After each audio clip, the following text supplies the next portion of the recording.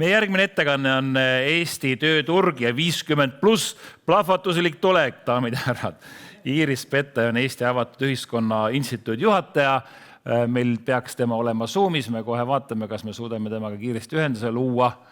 Kui on, siis me saame siit kohe edasi minna. Me teeme ajakavad sippa nihkes, nagu ma eelnevalt ütlesime, teeme virgutuspausi ka pärast järgmist ettekannet. Praegu järgmine on veel see väike virgutuspausi, siis läheme siit edasi. Nii et.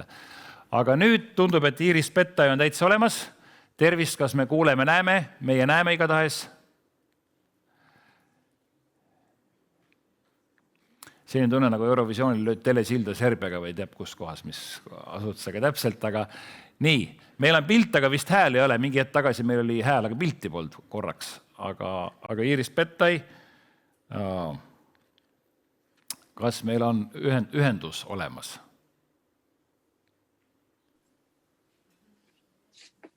Tervist! On ühendus olemas, hurraa! Iiris Pettai, palun, jah, ma annan siit otsad kohe teile üle. 20 minutit on aega, nii et palun. Ja slaide ka paluks siis, jah? Slaidid ka. Tere, tänan kutse eest, väga põnev konverents. Kahjuks ei olnud võimalik ise kohale tulla. Aga ma ei näe oma ettekande slaide praegu, et äkki saaks neid siia panna ka. Jah, aitäh. Et teema on siis tööturg ja 50+ tulek tööturule. Et väga hea, et tänasel konverentsil ka tööturuprobleemid tähelepanu leiavad. Ja ma arvan, need on väga kesksed, igati kesksed need tööturu küsimused. Siin teemaks mulle määrati plahvatuslik tulek 50+ tööjõule, siis mõtleks, et sellest plahvatuslikust tulekust on vist veel Eesti ka üsna kaugel. Et praegu võime me rohkem rääkida, et 50+ on üsnagi võimsalt esindatud. Kuna iga kolmas, ma paluks järgmist slaidi, iga kolmas töötaja Eestis on 50+ vanuses ja võib-olla see plahvatuslik selline, mis muudab seda tööturu kvaliteeti ja olukorda on siis, kui neid 50+ inimesi on juba näiteks 50 või 60%. Nii et praegu nüüd viimased andmed näitavad, et 50–59 töötab 81%, väga kõrge osakaal ja ka 60–74, 38%. Paluks järgmist slaidi. Ja Eesti nende tööhõive näitajate poolest on väga heal positsioonil Euroopa Liidus tervikuna. On tehtud selline huvitav aktiivsena vananemise indeks. Siin on siis slaid selle kohta ja selle tagasi paluks eelmist, jah. Et selle indeksi kohaselt Eestil on siis Euroopa Liidus väga kõrge 9. koht. See on siis aktiivsena vananemise järgi ja see 9. koht on meil paljuski just tänu tööhõive tõttu, et me oleme Rootsi järel teisel kohal, aga muudes kategooriates nagu näiteks ühiskondlikus elus osalemine, iseseisva toimetulek, keskkond ja nii edasi, et me oleme suhteliselt tagasihoidlikes positsioonides, pigem viimases kolmandikus. Jah, paluks edasi. Ja siin on siis slaid selle kohta, et Eesti paistab Euroopa Liidus silma küpses eas inimeste tööhõivega kõikide vanuserühmade puhul. Et kui me hakkame siin peale 55–59 kuni seal 80+ ja vaatame Eesti näitajad, võrdleme Euroopa Liidu keskmiseid näitajaid, siis igas vanuserühmas Eesti ületab neid Euroopa Liidu keskmiseid näitajaid. Siin natukene erinevad need andmed on kuskil 3 aastat vanad, et vahepeal on see 55–59 on rohkem neid tööturule jõudnud ja ka teiste vanuserühmade mõttes. Aga see võimaldab nagu võrrelda, et meil on tõesti hea positsioon. Paluks järgmist slaidi. ja me ei ole ainult Euroopa Liidus väga heal positsioonil, aga ka maailmas tervikuna. Et siin on siis andmed selle kohta küpses eas inimesed vanuses 60–69, kui palju siis erinevates 10 esiriigis maailmas neist inimestest on tööturul rakendatud. Eesti on siin väga heal 10. kohal 27%-ga. Esikohal on Island, üle poole. Sellest vanuserühmast on rakendatud siis Korea, Jaapan. Nii et me oleme siin tõesti väga kaugele jõudnud. Aitäh, edasi. Nüüd, kui kaugele siis on nagu Eesti elanikkond selleks valmis, et 50+ inimesed tuleksid tööturule ja teeksid tööd. Ja eelmisel aastal me tegime küsitluse, kus küsisime siis, et mis te arvate, kas kuivõrd vanus on oluline, et inimene võiks töötada. Ja skaalapunkt oli siis niimoodi sõnastatud, et vanus pole oluline, kui inimene on võimeline töötama, siis peaks seda talle ka võimaldama. Ja sellega oli nõus 86% kogu Eesti elanikkonnast, täiskasvanud 15+. Jah, edasi paluks. Aga kui me küsisime edasi, et millised vanuserühmad on tööturule oodatud ja vajalikud, siis selgub, et see valmisolek ja avatus ikkagi lõpeb ära teatud vanusest alates, et 55–65 aastaste suhtes arvatakse, et 87%, et nad on tööturul vajalikud. 66–75 juba arvatakse, et 61% arvavad, nad on vajalikud, aga edasi läheb see valmisolek ikkagi üsna napiks, seal 20% ja 12%. Nii et tegelikult ikkagi arvatakse, et kuskil seal pärast 74. aastat, 75. võiks nagu tagasi tõmbuda, et väga sinna tööturule ei peaks nagu kiirustama. Palun edasi. Me oleme teinud nüüd mitmeid tööandjate uuringuid 2018 ja 2020 ja selgub, et 50+ on ikkagi üks põhilisi tööjõudusid, keda siis tööandjad rakendavad ja meie uuringus siis ligi 90%. Ja enamik tööandjatest ütlevad, et neil ei ole vanusepiiri, 89% inimeste tööle võtmisel, et nad lähtuvad konkreetse inimese tööoskustest ja töövõimest.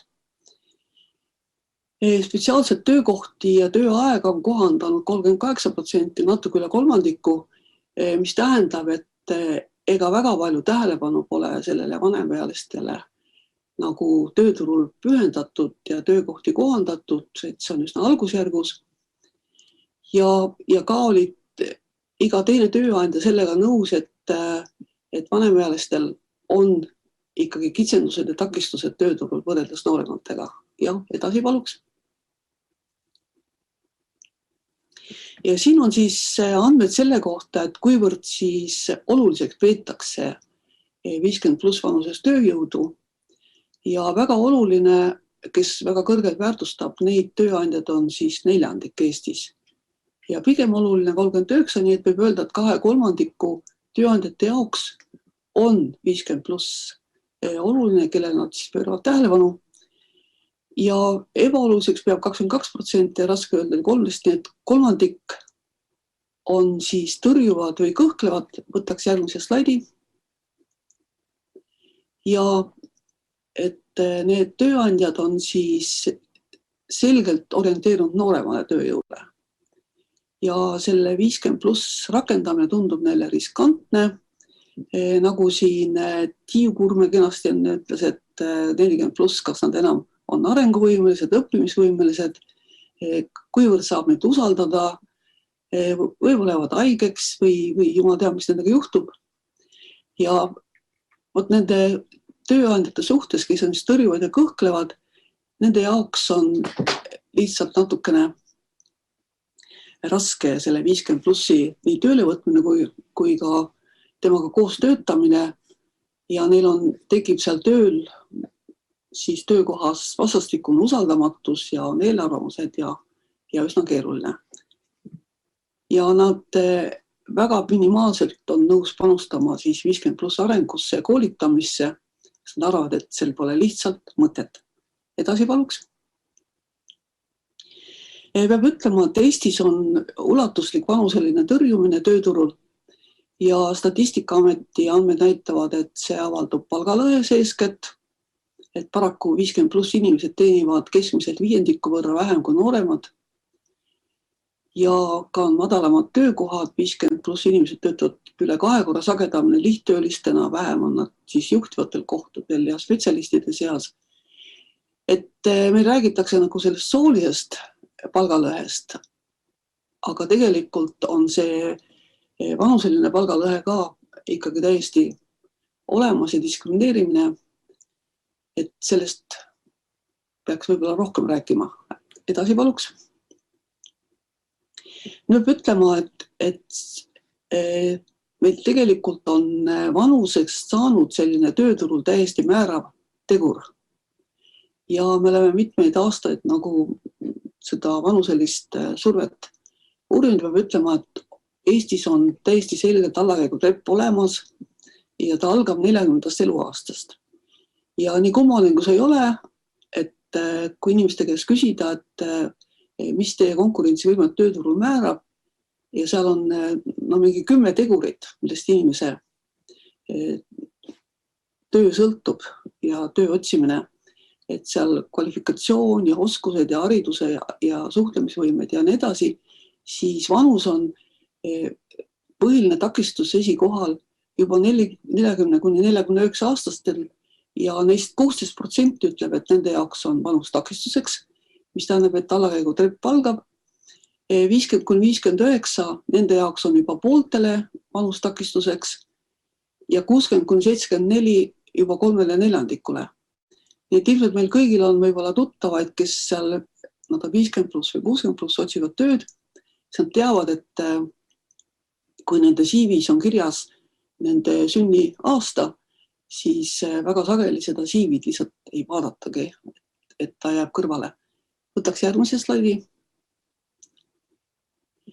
Ja Eestis on ikkagi olukord, mille kohaselt siis vanussurve all kannatavad ka 15–19 aastased, sest nad on veel liiga noored ja kogenematud ja parim vanus on 20–39.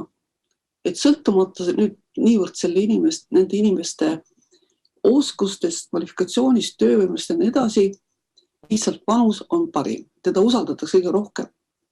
Ja 40–49 nad on parima vanuse ja ületanud ja kui see vanus hakkab kasvama, see 45–46, siis kiiresti see konkurentsivõime paraku kahaneb. 50–59 tunnevad ennast juba ikka täiesti tõrjutuna. Et nad peavad väga suurt vaeva nägema, et saada omale meelepärast tööd, kui nad tahavad töökohta vahetada. Ja 60–74, need on siis kõige madalamas staatuses meie tööturul paraku, sest neil on väga madal konkurentsivõime oma vanuse tõttu. Nad peavad sageli leppima kõige kehvemate töökohtade ja madala palgaga paraku. Palun järgmist slaidi. Peab ütlema, et need arusaamad ja selline vanussurve, et nad ei ole jätkusuutlikud ja nad on ohtlikud. Ja ma ei kujutle ette, kuidas Eesti riigi, kuidas me edasi areneme, oma majandust arendame, kui inimesed hakkavad keskmiselt elama näiteks seal 100 aastat ja nii edasi.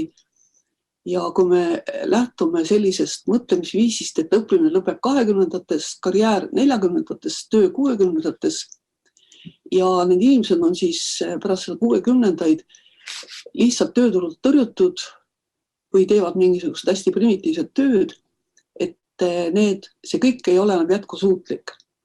Nii et tegelikult tööandja, kes tahab püsida tööturul konkurentsis ja tahab, et tal oleks head tööjõudu, siis ta peaks nagu oma mõtlemisstrateegiaid ja tegevusstrateegiaid muutma ja võtmeküsimuseks on mitme põlvkonna töökollektiivide juhtimine.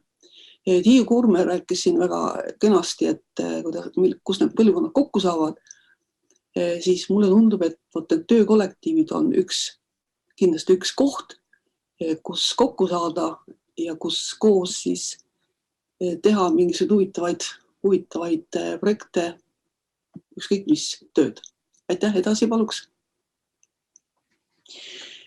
Sellele 50 ja 60 pluss ja ka 70 pluss vanuses inimeste töötamisele on rahvusvahelised tipporganisatsioonid väga palju tähelepanu pööranud.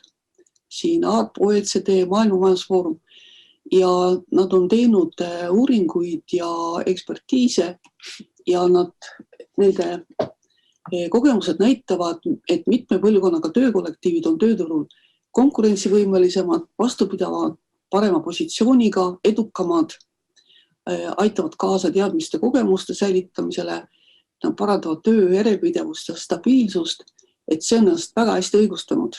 Paluks edasi. Ka on nad jõudnud seisukohale, et tööandja, kes tahab konkurentsis püsida, peab olema võimalikult paindlik. Ja see paindlikkus tähendab, et tal peab olema ka suutlikkust ja oskust kõikidele vanuserühmadele seal, kes tal töötavad, orienteeruda ja et tuleb luua töökeskkond, mis sobib töötajale kõikidele nende eluetappidel, sõltumata, mis vanuses inimene on, kas ta on väga noor, keskeas või vanem. Ja tuleb tagada põhiline edasiminekuks, et töötajate rahulolu oleks ja siin on paindlik töö ja kohandatava töögraafiku pakkumine olenemata inimeste eluetapist on väga oluline. See on otse nüüd võetud nendest rahvusvahelist organisatsioonide soovitustest. Aitäh, edasi. Ja OECD raport eelmisest aastast näitab, et tegelikult ei saa vanemaealiselt alahinnata, et ainuüksi USAs on 50-aastased ja vanemad 2018. Nende panus majandustegevusse oli 40% riigi SKP-st, $8,3 triljonit ja 2032 see tõuseb $13,5 triljonit. Nii et siin on ikka tohutu potentsiaal, mis on tööea pikendamises majandustulemuste saavutamiseks. Et ka Eesti peaks võib-olla neid asju arutama ja välja arutama ja ka prognoosima. Edasi paluks. Ka on avastatud, et väga huvitava vähetuntud fakt, et vanemad inimesed on kõige ettevõtlikumad. Ja siin on Ameerikas tehtud siis uuring, et on kasvanud siis perioodil 1996–2014 ligi 7% uute ettevõtete alustate vanemate töötajate arv vanuses 50–64 ja noored, kes loetakse nagu kuldettevõtjad või parimas vanuses, et nende ettevõtluse määr samal perioodil pigem vähenes. Ja edasi paluks. OECD, kes väga palju pöörab tähelepanu sellele, et neid vanemaealiseid rakendatakse ja tehakse seda targalt, on teinud prognoosi, et kui OECD riikides anda vanemaealiste töövõimalusi ka inimestele seal 60 pluss, 70 pluss ja nii edasi, siis 3 aastakümne jooksul pärast see suurendaks OECD riikides SKP elanike kohta koguni 5% võrra. Ja see näitab olulist potentsiaali, mida on vaja rakendada. Edasi paluks. Ja nüüd on siis lõpuväide, et kogu see võtja on praegu ikkagi meie tööandjate käes ja Eesti vajab ikkagi uut tüüpi juhte. Need uuringud, mis me oleme teinud, näitavad, et kui 90-ndatel väärtustati selliseid ambitsioonikaid, initsiatiivikaid juhte, oli eesmärgiks agressiivne poliitika tööandja jaoks, siis nüüd on vaja liberaalset demokraatlikku stiili meeskonna juhtimisel ja see ei ole niivõrd läbimurdmisel seal tööturul ja üldse konkurentsis, aga võtmeks on efektiivne meeskonnatöö. Ja praegu on nii, et edukas on see juht, kes tunnetab eri põlvkonna töötajate probleeme ja vajadusi, oskab nendega suhelda, oskab neid tööle värvata, edukalt rakendada ja kes näeb peelsast eri vanuse, rahvuse, soo esindajaid oma ettevõttes asutustes ja nende osakaalu kasv ei tee talle muret. Ja ta on suutnud luua tööatmosfääri, kus siis kõik põlvkonnad ära mahuvad ja neil on seal väga hea koostöö omavahel. Ma tahan öelda, et Eestis juba on selliseid firmasid ja asutusi ettevõtteid. juba olemas. Ja ma arvan, et need kogemused rakenduvad ka teistele, et aitäh, see viimane slaid siis, et tänan tähelepanu eest, aitäh.